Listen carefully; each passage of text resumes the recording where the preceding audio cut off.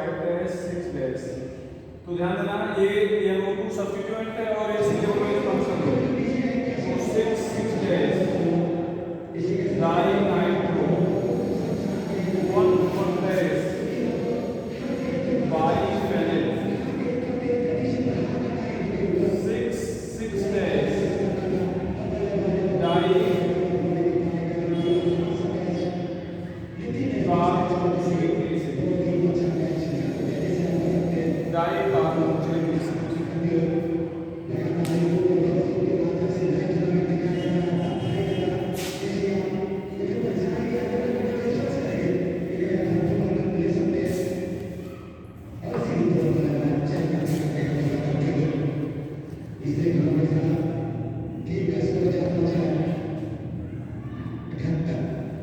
भैया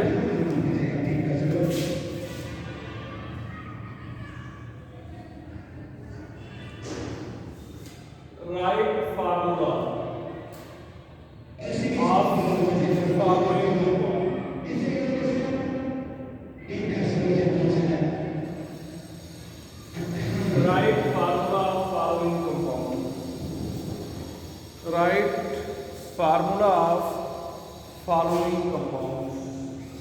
यहाँ पर ध्यान देना, देखना 2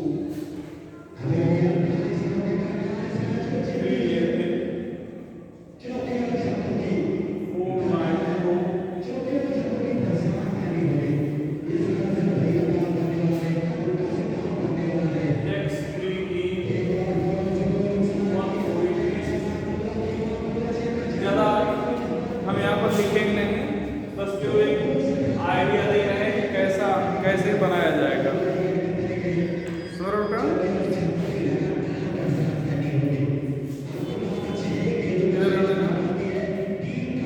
सबसे पहले आप रूट वर्ड खोज लिए और इसके पहले देखो कि क्या साइक्लो लगा है या नहीं लगा है। साइक्लो लगा है ना, तो साइक्लो लगेगा जिसमें तो 6 कार्बन होगा लास्ट वाला कार्बन सीरीज है। फिर प्राइमरी सफिक्स 3 1 2 3, सेकेंडरी सफिक्स 1 कोई के मतलब COOH काउंट किया गया होगा, ठीक है। बस बाकी जोड़ दो 1 2 3 4 नाइट्रो हो गया, 3 एथिल हो गया, क्लोरो हो गया। बस जहाँ पर कितने हाइड्रोजन लगाना लगा तो कितने हाइड्रोजन लगेंगे 3 2 1 भी नहीं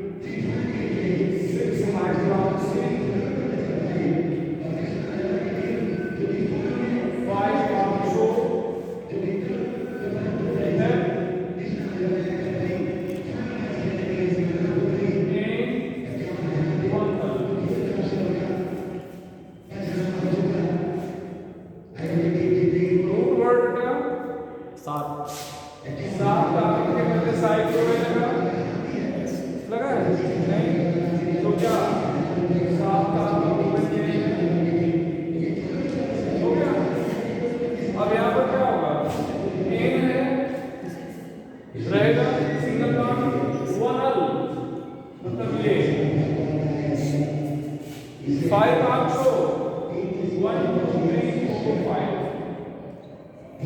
5 marks show 6 hydroxy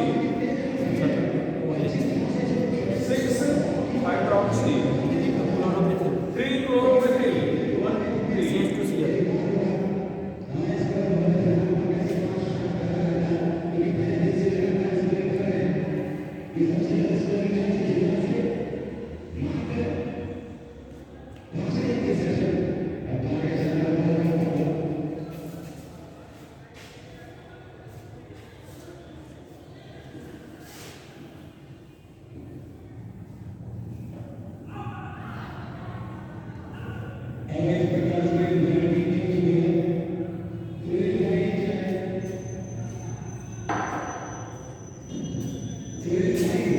ठीक है, ये लो।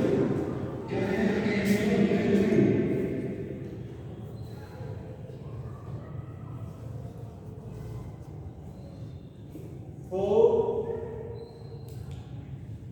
सेकेंडरी ब्यूटी,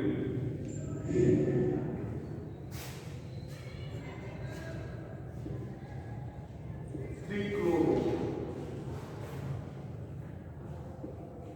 फाइव मेथिल, साइक्लोहेक्स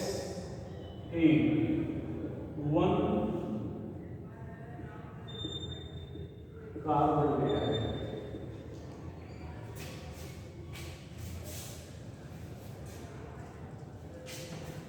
भैया साइक्लोहेक्स देखो पहले ग्रुप हेक्स, लेकिन पहले साइड में तो 6 हो गया।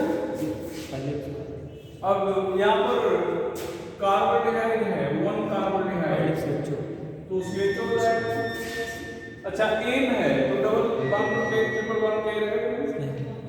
अब बस सब्स्टिट्यूट जोड़ दो, 5 मेथिल, यहाँ से 1 2 3 फ्लोरो, 4 secondary butyl, this is secondary butyl.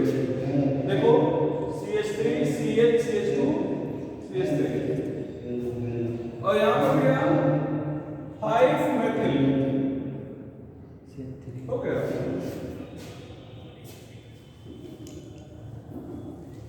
इसको मिटा दे क्या?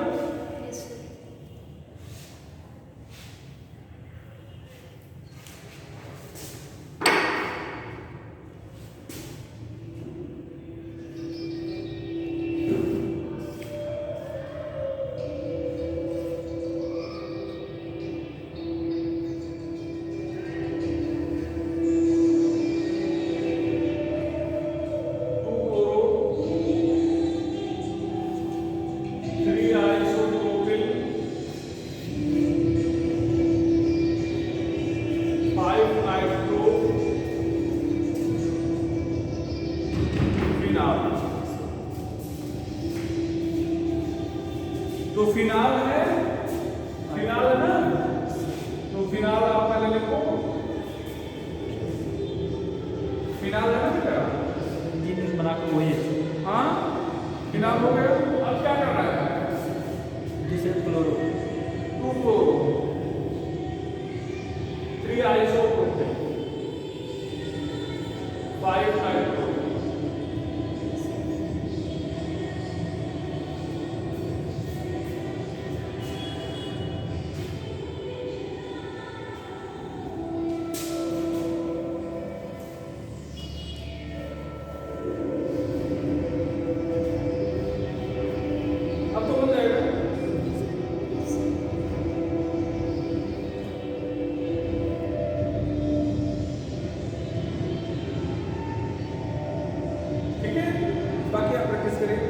आज हम आपको ज़्यादा नहीं, बस 25-30 क्वेश्चन भेजेंगे, जी सर, वो पूरा रहेगा। ठीक है, आप प्रैक्टिस करके बताइएगा, ठीक है। जी सर, तो मान लिया जाएगा यूपीएससी खत्म, क्योंकि मानना ही पड़ेगा, इसमें तो कोई लिमिट है नहीं, जी सर, तो मान लिया जाए खत्म हो गया। ठीक है, अब हम लोग शुरू करते हैं क्या भैया, आइसोमेरिज्म में।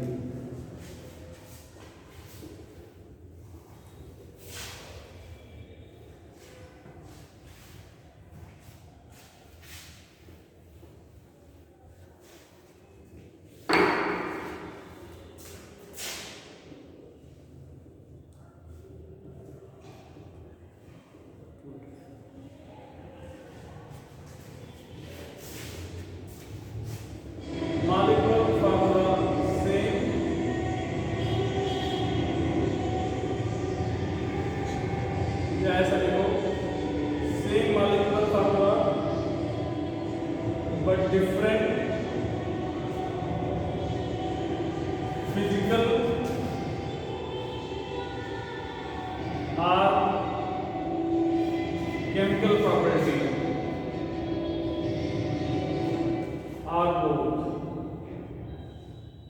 same molecular formula but different physical or chemical property are both. तो आइसोमेरिक किसे कहेंगे? जिसमें मॉलिक्यूलर फार्मूला सेम हो लेकिन फिजिकल या केमिकल प्रॉपर्टी डिफर या दो डिफर करें। ठीक है,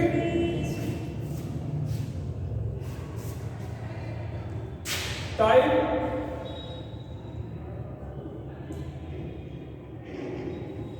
स्ट्रक्चरल आइसोमेरिक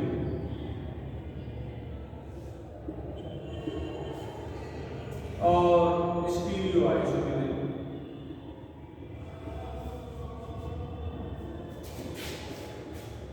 पहला structural isomeric,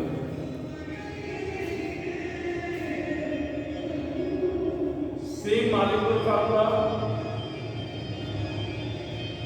different structural formula.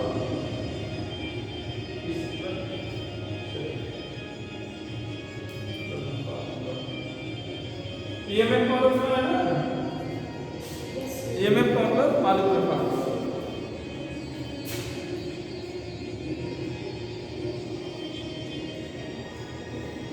Following type, पहला chain isomeric, chain isomeric. Carbon की संख्या 4 या इससे ज्यादा होना चाहिए। For alkyl, ether, ketone, carbon 5 या उससे होना चाहिए। कार्बन 5 या उससे ज्यादा होना चाहिए। कार्बन 5 या उससे ज्यादा होना चाहिए।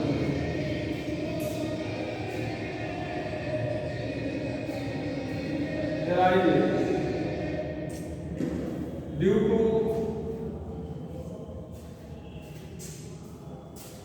conversion of straight chain into branch chain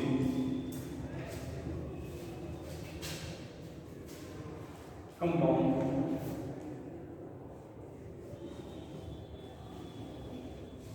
Arises due to conversion of straight chain into branch chain compound. Right?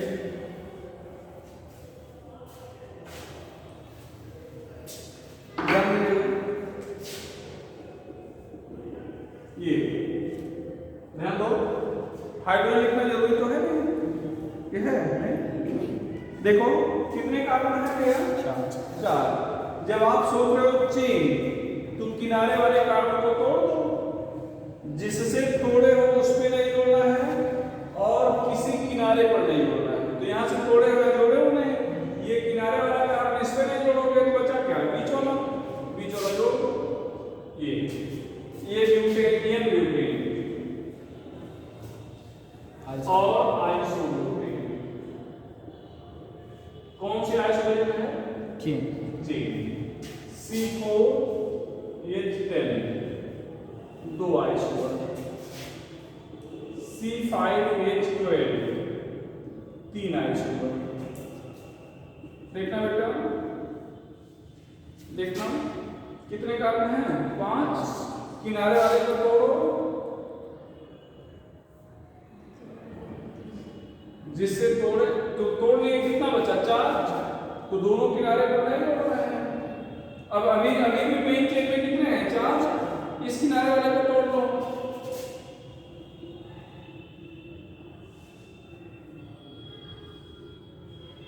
तो क्या हो जाएगा? Isopentane, neopentane.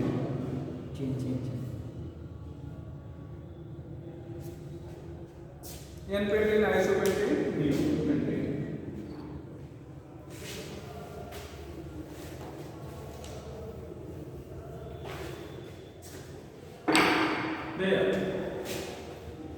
Position isomeric.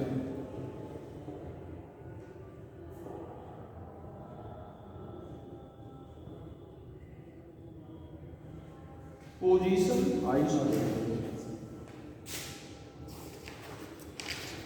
arises due to change in position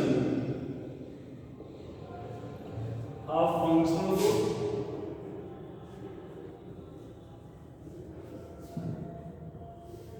multiple one are substituted on same base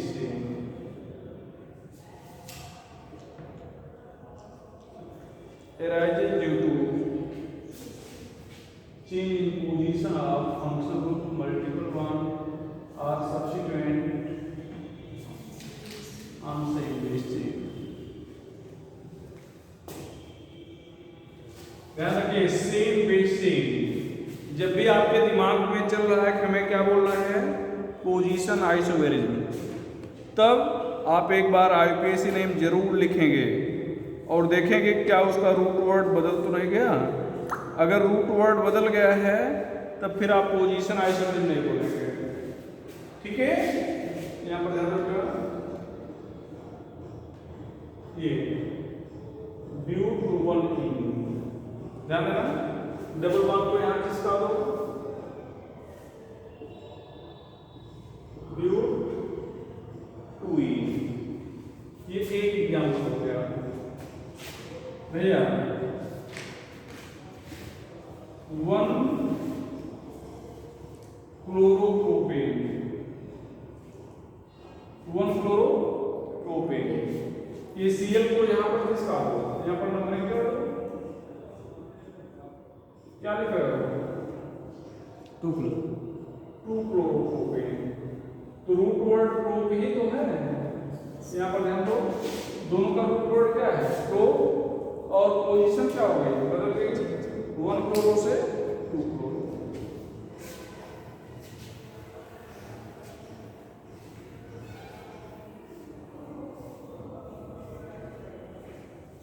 one chloro से 2 chloropropane. ठीक है, चलो बेटा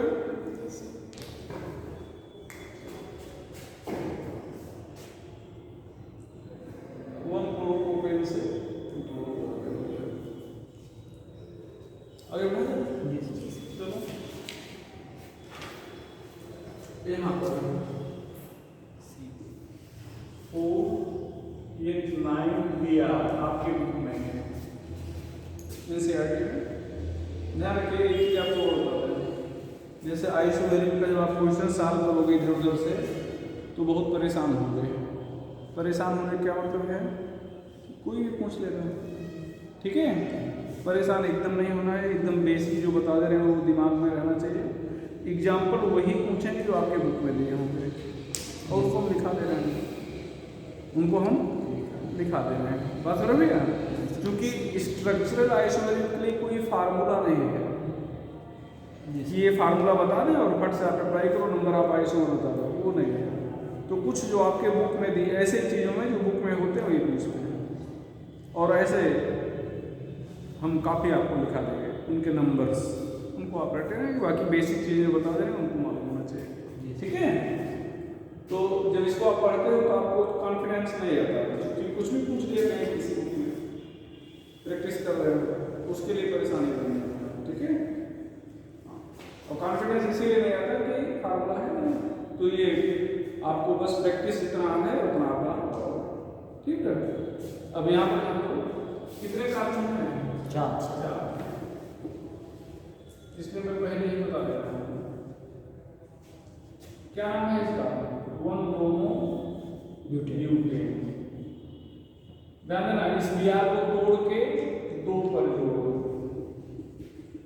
क्या हो गया 2 ब्रोमो 1 2 3 4 2 ब्रोमो ब्यूटेन। ध्यान दो इस कार्बन को 4 वाले को तोड़ के 2 पे जोड़ दो,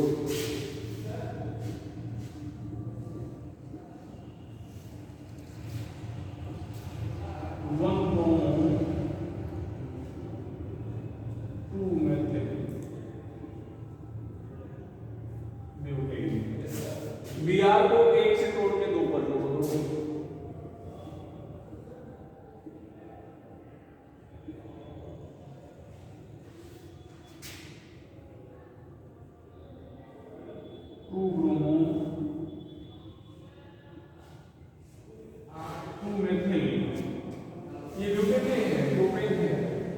ये नहीं कार्बन ना, जी सर। प्रोपेन ये भी प्रोपेन है। 2 ब्रोमो 2 मीथेन। अब बताओ कितने बने? 4 आइसोमर। यहाँ पर 2 primary RH, 1 secondary RH, 1 tertiary RH।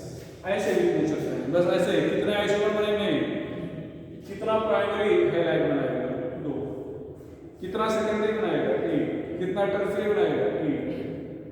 उधर को बेटा में हम नंबरिंग कर रहे हैं, नंबर 1 2 ये 3 और ये क्या हो गया 4। इसको मिटा रहे हैं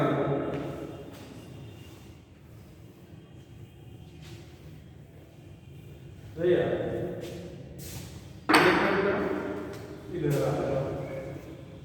1 2 1 3 1 4 2 3 2 4 3 4।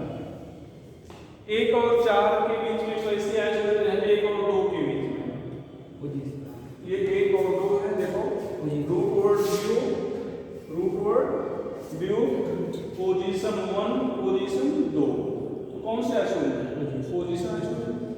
1 और 3 ध्यान देना, 1 और 3 पोजीशन यहाँ पर भी 1 है, यहाँ पर भी 1 है, यहाँ पर व्यू है, यहाँ पर क्या है प्रो, तो कौन सा आइसोलेशन होगा? चेन।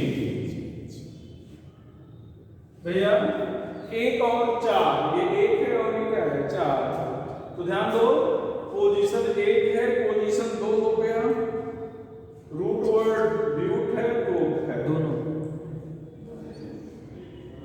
ठीक है। तो चेन भी है, पोजीशन भी है, ऐसा लग रहा है, लेकिन चेन और पोजीशन दोनों आइसोलेशन कभी भी एक साथ नहीं पड़ते, तो फिर केवल चेन, केवल चेन। अभी दिखा देंगे 2 3 2 3, ये देखो यहां पर 2 ब्रोमो 1 ब्रोमो पोजीशन बदली हुई है, लेकिन ब्यूट यहां पर क्या है प्रो, तो क्या चेन। 2 4 ध्यान दो ब्यूट प्रो क्या हो गया चेन। 3 4 प्रो पोजीशन 2 पोजीशन 1, तो क्या हो गया पोजीशन आइसोलेशन। हाँ ऐसे बना के पूछेंगे कि जैसे इसको दे दिए 1 और 4 को दे दिए, पूछे कि कौन सा आइसोलेशन, तुलना करके पूछेगा। हाँ जरूरी नहीं है तुलना करके, यही से क्वेश्चन जो करा रहे हैं, क्वेश्चन ये पहला क्वेश्चन कितने आइसोमर बनेंगे 4 हो गए, एक क्वेश्चन हो गया। दूसरा क्वेश्चन अब ऑप्शन बना दिए 1 2 3 4 बनाओ। 1 डिग्री कितनी? दूसरा क्वेश्चन कितने प्राइमरी बनेंगे 2 हो गए, बताओ कितने प्राइमरी बनेंगे। तीसरा क्वेश्चन इस टाइप का कोई भी 2 दे दिए, इसको दे दिए, इसमें कौन सा आइसोलेशन है, पोजीशन आइसोलेशन है, चेन आइसोलेशन है, फंक्शन है, क्या है, तो वही सब पढ़ा रहे हैं ना बेटा। तो जैसे यहां पर ये दे दिएगा ना, अब इन्हीं 2 को बना दिए, केवल एक 2 कंपाउंड बने हैं, इन दोनों में कौन सा आइसोलेशन है पोजीशन, ठीक है। यहां पर लो करके 2 point both chain and position isolation never exist simultaneously। अब आप लोग कह रहे हो कि क्वेश्चन कैसे पूछेंगे, यही स्टेटमेंट लिख दिए, स्टेटमेंट इज रॉन्ग राइट, क्या है राइट है, कौन सी 2 आइसोमेर में एक साथ साथ नहीं पाई जाएगी। पोजीशन चेन चेन और पोजीशन, चेन और फंक्शनल, चेन और बेटा मेरे कुछ भी कर सकते हैं, ठीक है। तो चेन और पोजीशन दोनों आइसोलेट कभी भी एक साथ नहीं पाई जाएगी, ठीक भैया। अगर ऐसा है, जैसे इस क्वेश्चन में अगर ऐसा है, हाँ। पहले चेन कोई प्रियोरिटी दी जाएगी, हाँ? पहले चेन वाली कोई प्रियोरिटी दी जाएगी। चेन वाले को जैसे यहाँ पर आप कह रहे हो, ध्यान दो, यहाँ पर चेन और पोजीशन दोनों है, तो आप सोच रहे हो कि फिर पोजीशन को ही क्यों, मतलब चेन को ही क्यों कहा गया, पोजीशन को नहीं कहा गया, दोनों है तो हम पोजीशन कर देते, चेन को छोड़ देते हैं। लेकिन ये पोजीशन की डिफिनीशन को फॉलो नहीं कर रहा है। आपने क्या कहा था यहां पर, पोजीशन तब बदलना चाहिए जब रूट वर्ड ना बदले। रूट वर्ड इसका क्या है, व्यू, और इसका रूट वर्ड क्या है, प्रो। तो पोजीशन प्रोमो की 1 से 2 जरूर हुई है, लेकिन ब्यूट से प्रो पर हुई है, इसलिए पोजीशन नहीं बोलना है। पोजीशन से कोई नाराजगी नहीं है, बात समझ ना। ऐसा नहीं कि चेन सुपीरियर है, पोजीशन इंफीरियर है, लेकिन पोजीशन के वास्तविक डेफिनेशन को फॉलो नहीं कर रहा है ना बेटा, ये चीज आगे चल रहा है। तो ये एक पॉइंट हो गया कि अगर आपसे कहा जाए कौन सी दो आइसोलेट एक साथ नहीं पाई जाएगी, तो आपका आंसर होने वाला है पोजीशन एंड चेन। हाँ, एक और पॉइंट यहीं पे लिखाने चल रहे हैं कि अगर फंक्शनल ग्रुप में कार्बन है, किसी भी कंपाउंड के फंक्शनल ग्रुप में कार्बन है, तो वो कंपाउंड फंक्शनल ग्रुप के कारण पोजीशन आइसोलेट शो नहीं करेगा। If functional group of any compound has carbon,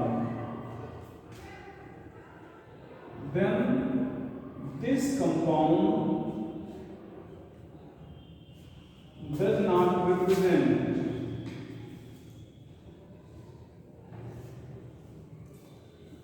position isomerism due to functional, does not represent position isomerism due to functional.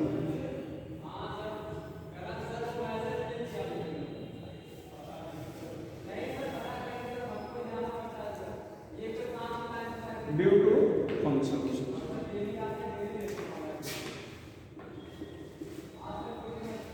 यहाँ पर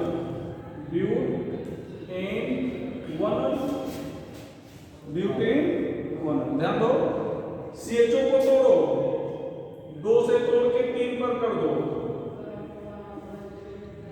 ध्यान दो, CHO फंक्शन ग्रुप है ना, तो 2 से आपने तोड़ा, 2 पर जोड़ा है, 2 से तोड़ के 3 पर कर दिया। लेकिन अब देखो नंबरिंग को आप कहां से शुरू करोगे, यही CHO से शुरू करोगे, तो इसका मतलब ये क्या हो गया, साइड चेन हो गया।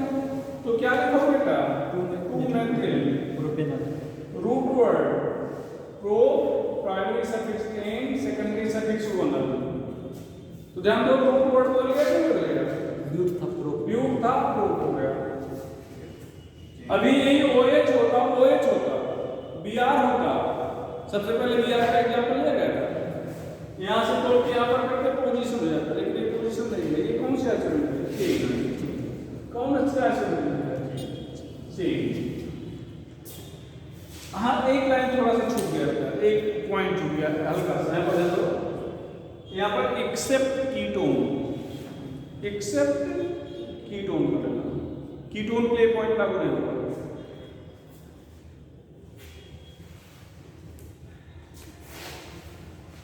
बीच में होता है,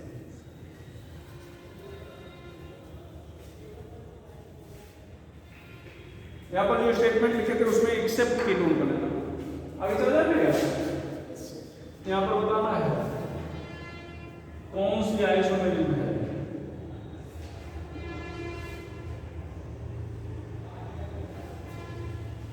यहाँ पर क्या करने वाले हैं 1 2 3 4 बोलना बेटा butane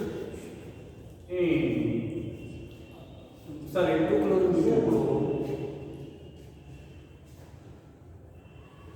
butane 1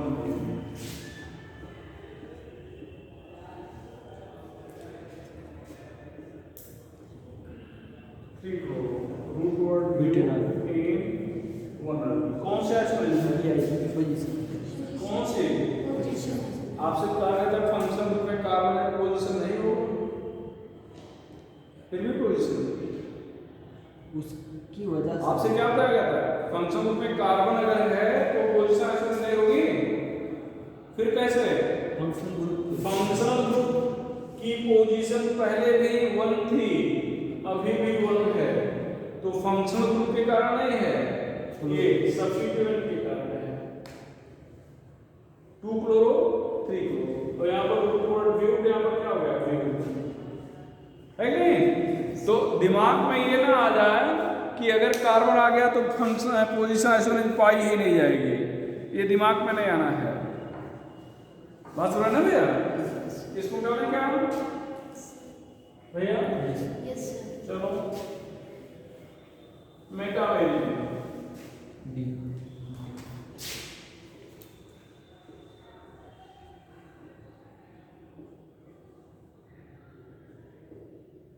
arises due to change in nature of chemical group on both sides of divalent atom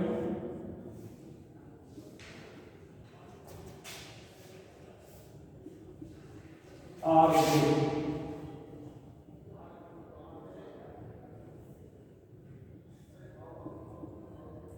कुल मिला के सीधे सीधे कह सकते हो कि यही इतनी जगह पर आइसोमेरिक पाई जाएगी कौन सी मेटावेरिएंट 5 जगह ये दोनों डाइवैलेंट एटम हैं और ये तीनों डाइवैलेंट ग्रुप हैं तो इनके दोनों तरफ अगर इसको क्या देखा चीजें बदलने लगी केमिकल ग्रुप का नेचर बदल जाए ध्यान रखना CH3 CH2 CH2O CH3 इधर आना कितने कार्बन हैं 3 और इधर है 1 CH2 को उधर ट्रांसफर कर दो कौन सी आइसोमेर है मेटा कौन सी है मेटा ये है ईथर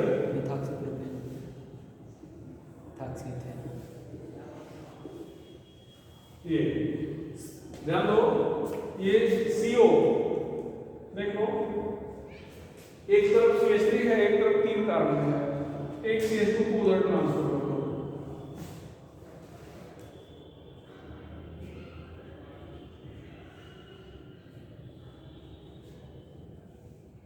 भैया तो कौन से आइसोमेर है इधर दो 3 और 1 कार्बन था 2 और 2 कार्बन कौन सा आइसोमेर है मेटा प्लस पोजीशन दोनों क्यों दोनों है लिखो यहाँ पर नंबरिंग करो तो क्या हो जाएगा root word pen primary suffix 8 secondary suffix 2 और यहाँ पर बेटा 23 root word pen primary suffix 8 secondary suffix 3 अगर एक पूछा जाए तो मेटा बोलोगे सर इसमें दोनों एग्जिस्ट कर सकते हैं हाँ दोनों एक साथ पाई जाएगी अगर एक पूछा जाए तो क्या बोलोगे मेटा तो नोट करके यहाँ पर लिखा ले रहे हैं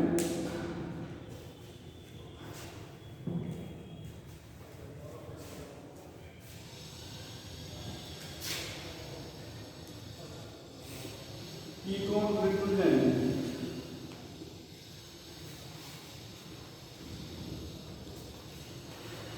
मेटावेरिएंट and position isomerism एक सामने किसी simultaneously.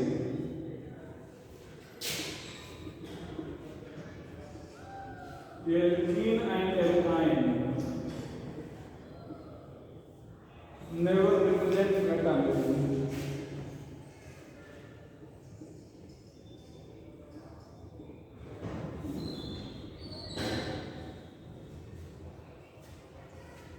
Never represent metamerism. Alkene and alkyne never represent metamerism.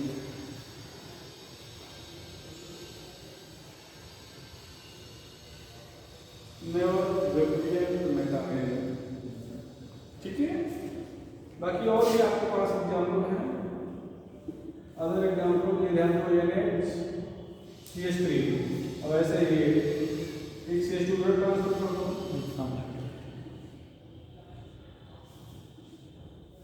ये एमीन हो गया सेकेंडरी मेटा. अब तो मेटाबॉलिज्म आइडेंटिफाई कर लोगे भैया. जी sir.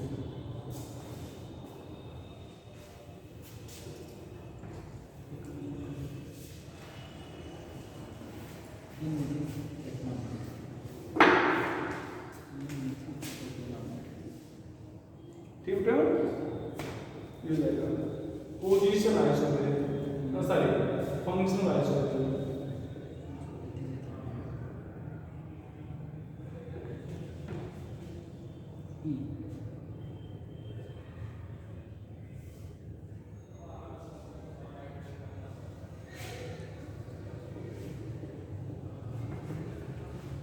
Arises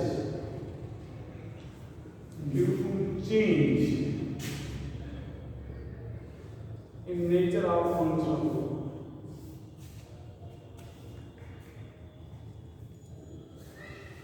Arises due to change in nature of functional group. यहाँ पर हम लोग इधर एल्कोहल और ईथर. ऐसे लिखने का मतलब एल्कोहल ईथर का और ईथर एल्कोहल का फंक्शनल आइसोमर है. जैसे आपसे कहा जाए कि आप कह रहे हो क्वेश्चन कैसे पूछा जाएगा सर, तो फंक्शनल आइसोमर आप एल्कोहल ईथर, पहला ऑप्शन, दूसरा एल्डिहाइड, तीसरा कीटोन, चौथा एसिड. क्या ठीक है? ये दोनों आपस में क्या है? अब एग्जांपल देखिए उसके जैसे ध्यान दो. एथिल एल्कोहल, ये एथिल एल्कोहल ध्यान रखना, ये CH3 यहाँ से तोड़ो और ये यहाँ से, दोनों की पोजीशन बदल दो तो क्या हो गया? CH3 O CH3. अब ये ध्यान दो, एथिल एल्कोहल कह दिया कॉमन में, और ये एक मेथिल दो मेथिल डाइमेथिल ईथर. तो isomeric between dimethyl ether and ethyl alcohol is position, chain, functional, meta. तो क्या बताओगे? फंक्शनल. ठीक है. दूसरा साइनाइड, आइसोसाइनाइड. क्या बोल रहे हैं? CH3Cl, CH3NC, methyl cyanide, methyl isocyanide, methyl isocyanide, isocyanide.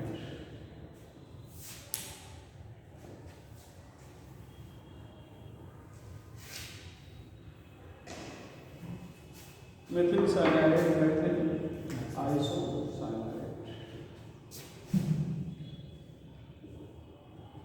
यहाँ पर नाइट्रोएल्केन, तीसरा एल्किल नाइट्राइड.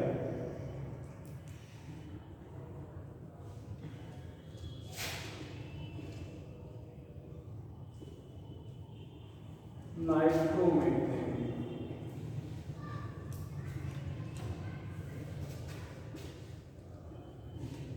Methyl nitride.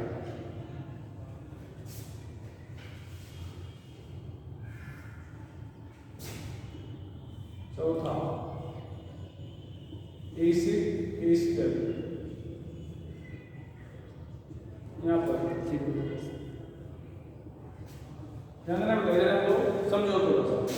ये CH3 और H की पोजीशन को बदल दिया जाए तो ये COOCH3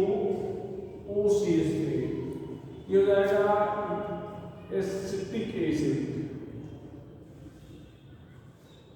और ये हो जाएगा मेथिल फॉर्मेट। कॉमन में दोनों का लिखते हैं। अच्छा ध्यान एक और चीज देखना इधर हम लोग, अगर इस पूरे OH को तोड़ के कार्बन पे जोड़ दिया जाए तो CH2 यहाँ पर क्या बचेगा CO और यहाँ से एक H इधर कर देंगे, ये हो जाएगा हाइड्रोक्सी और ये हो जाएगा कार्बोनिल ग्रुप, 2 हाइड्रोक्सी। ये वैसे नहीं लिखना है नाम इसका, ठीक है। तो नोट करके आप लिख रहे हैं एसिड और ester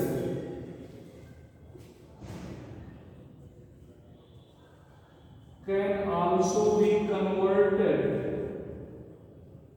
into hydroxy carbonyl group. तो अगर आपसे कह रहे हैं क्या हाइड्रोक्सी कार्बोनिल ग्रुप इसका फंक्शनल आइसोमर है, तो आप कहोगे नहीं, दो फंक्शनल ग्रुप है। तो एक फंक्शनल ग्रुप यहाँ पर हम दो, यहाँ पर दो फंक्शनल ग्रुप में बदल गया, तो ये फंक्शनल आइसोमर नहीं है। लेकिन अगर बताना ही पड़े तो फंक्शन के छोड़ के और कुछ है भी नहीं, फंक्शनल ही बोलोगे, ठीक है। तो यहाँ पर ध्यान दो, अब इसके आइसोमर कितने कार्बन है यहाँ पर, 2, कितने हाइड्रोजन 4 और कितने ऑक्सीजन 2, 3 आइसोमर। कितने आइसोमर बनाए, 1 2 3। इधर वाले कुछ मिटा दो क्या बेटा,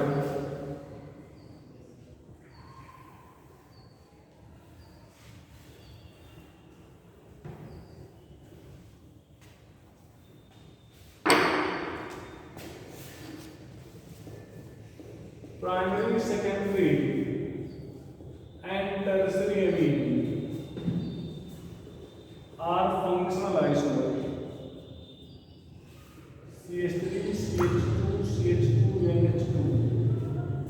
ध्यान देना, एक CH3 को तोड़ो, यहाँ पर नाइट्रोजन को जोड़ दो, ध्यान दो, देखो इधर देखो, इस CH3 को तोड़ के फिर नाइट्रोजन पर जोड़ दो, तो ये प्राइमरी एमीन, सेकेंडरी, टर्शियरी। यहाँ पर इसका फार्मूला क्या है, C3H कितना 9N 3 आइसोमर, ठीक है। इसमें एक प्राइमरी, एक सेकेंडरी और एक tertiary. C5 C4 H11N 8 isomer आएगा। ट्राई करेगा नहीं, गूगल पूछेगा, 4 प्राइमरी, 3 सेकेंडरी, 1 टर्शियरी, ठीक है। अब ऐसे पूछ लिया कितने प्राइमरी आइसोमर बनाएगा, तो क्या बताओगे, एमीन 4, ठीक है। इसको डालें क्या, या बना दो उसको फट से, बना लो, बना लेते हैं।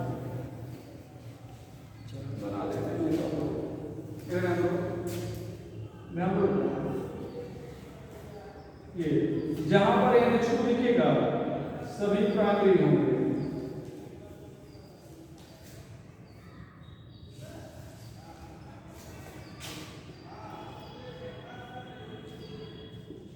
ये देखो एक प्राइमरी हो गया।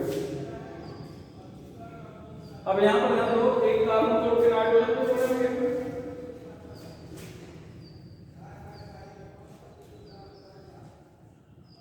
ठीक है। अब एक कार्बन और जोड़ दो,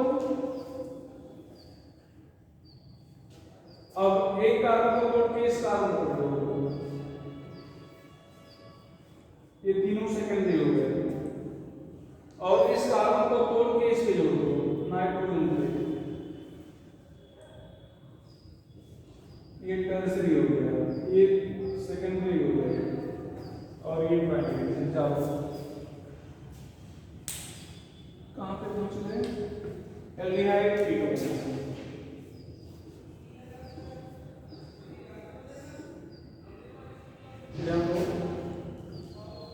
CH3 CH2COH देखना बेटा, एल्डिहाइड CH3 और H को बदल दो, इसका नाम कॉमन नेम प्रोपेनल दिया है, प्रोपेन से बना ना, प्रोपेनल दिया है। और एसीटोन में कौन सा एच बदल है? प्रोपेनल डिहाइड और एसीटोन में कौन सा एच बदल है? फंक्शनल। अच्छा, एक चीज आपको बताना पसंद करेंगे, देखना बेटा, aldehyde or ketone can also be converted into पहला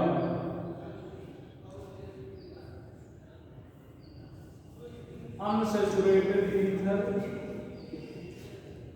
unsaturated alcohol, cyclic ether, cyclic